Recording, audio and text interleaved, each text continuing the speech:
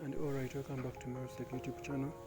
In today's tutorial I'm going to be telling you on how to set up BD NET VPN application in all countries, on all networks. So don't forget to subscribe, don't forget to share this video to your friend, don't forget to like, give us a comment in the comment section if you get any problem, and if it works, also give us a comment.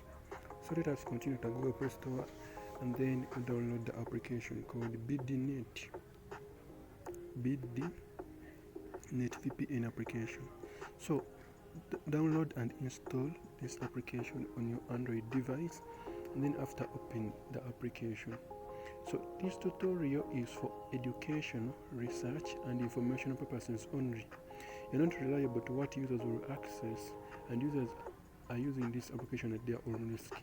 So users must first comply with their internet service providers' terms and conditions before continuing to use this application, and then also users must first follow the local laws before continuing to this application. Let us continue by going where we have the three dashes, and then you're good to go right here. We have the update, and then you're going to update the servers until we see such a kind of message that no update is available. Now at this moment you're going to go, you have this auto select server, and then you're going to wait for a few seconds. Remember that we are seeing free servers, but some may be offline and others online. So this is what we're going to be doing. For you to get an online server, recommend all viewers, subscribers, commenters, top fans, friends and cousins, brothers and sisters, girlfriends and boyfriends. Let us all gather the auto select server so that we can enjoy a fast, a secure and a stable internet access in all countries. Then let us go where we have the network, and then this is what we're going to be doing. For the network, you are free to choose a network that is from your country. As you see, we have many networks right here. You are free to choose. You are good to go with any of the networks, but I have a network I'm going to be recommending you. It works in all countries and on all networks without any data bundle needed. Let us all go where we have the search, and then we search UDP.